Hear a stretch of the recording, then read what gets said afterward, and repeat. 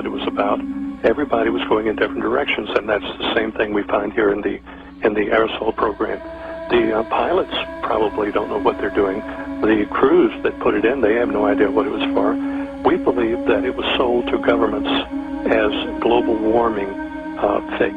We believe that, but it wasn't. Here's what it was about. It was about a sub-program, making a sub-program in a Navy program called the Variable Terrain Radio Parabolic Equation, VTRPE, functional land terrain. That's what it's about. That is what it's about. You've heard all kinds of explanations for 7 or 8 years, but it's for the VTRPE. And it's part of the Radio Frequency Mission Planner. It's a system. It's a computer system, RFMP, Radio Frequency Mission Planner, and the VTRPE programs are a sub-program within that system. And it was first put on the Enterprise and aircraft carriers for battlefield imaging. The system would not work over land terrain adequately, or accurately rather, without creating a ducting of radio waves over land terrain, and they use the mixture of barium salt to do that. And that enables the whole system to function. It is the system that the United States uses in Afghanistan and Iraq, and probably will use in Iran and some of the other applications. And that's what it's about. It's about the VTRPE.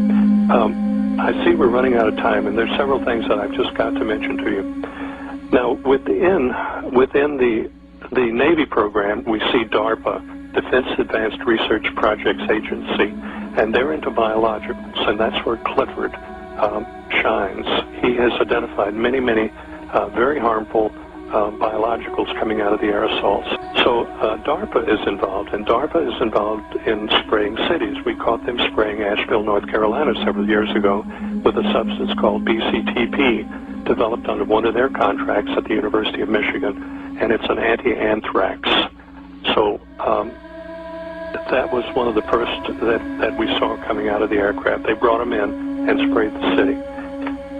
Recently, we've come upon another danger in the atmosphere over America. It has nothing to do necessarily with the Navy VTRPE or the aerosoling. It is an attack on North American weather. The weather is being manipulated from outside of the country. The hurricane that slammed into New Orleans was guided in there.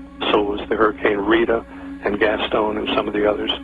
We believe that the Russian systems that have been developed since the late 50s, early 60s in Russia is the ultimate weapon, and we have no defenses against it.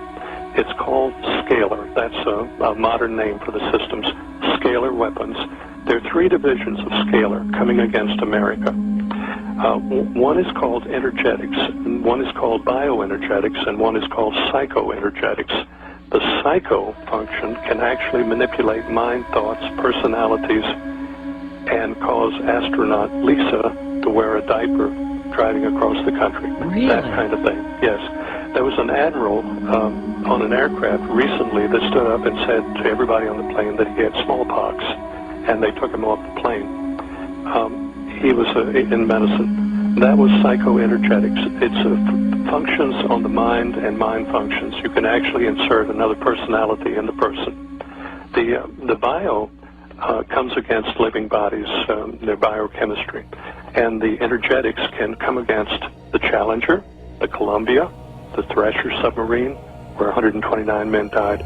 Those were, we believe, we are sure they were attacks by Russian scalar weapons. They're actually interferometer transmitters used in an interferometer way with 2 transmitters intersecting over North America.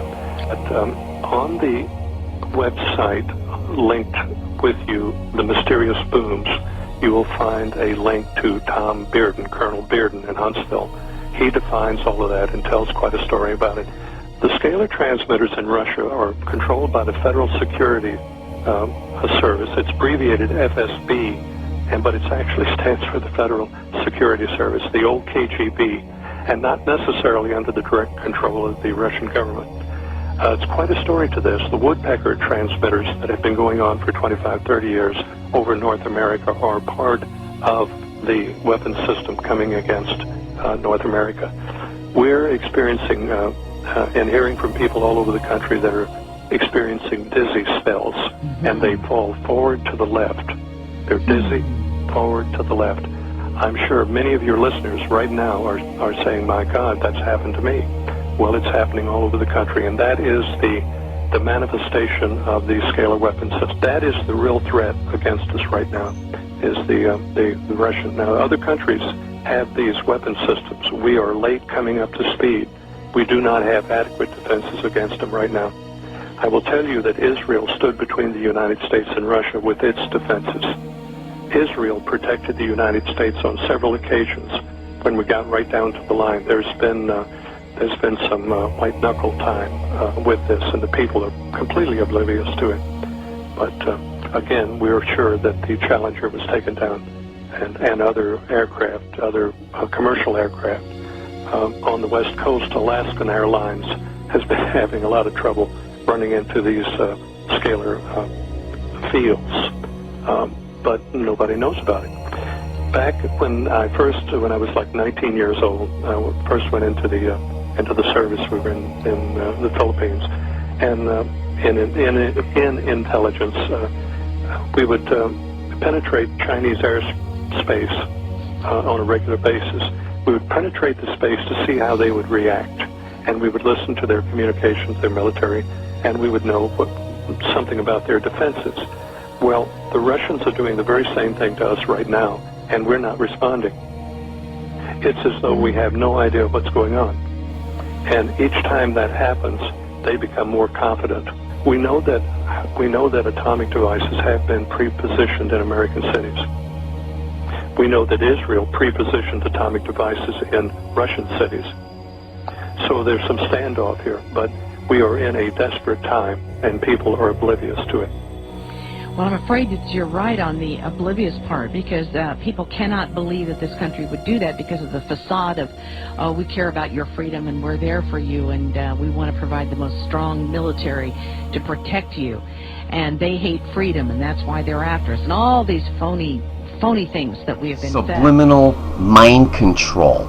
This is how it works. Very simply broken down. In step 1, the unit on the top produces a steady tone near the high end of the hearing range, say about 15,000 hertz. In step 2, which is the same part of step 1, the hypnotist's voice, ranging from say 300 hertz to 4,000 hertz, is injected with microphone. In 3, you see the steady tone at 15,000 hertz, accompanied by the hypnotist's voice from 300 hertz to 4,000 hertz, passes into a frequency modulator. The hypnotist's voice controls the frequency. Here in 4, you see the output from the frequency modulator, which is that steady tone coupled with the hypnotist's voice, pass through the frequency modulator. Now you have an output that is more or less a steady tone. That's like tinnitus, ringing in the ears, but only with hypnosis embedded. And you see the curve below is magnified to show how the FM frequency modulated voice controls the timing of the transmitter's pulses. Here in 5, you see the transmitter itself.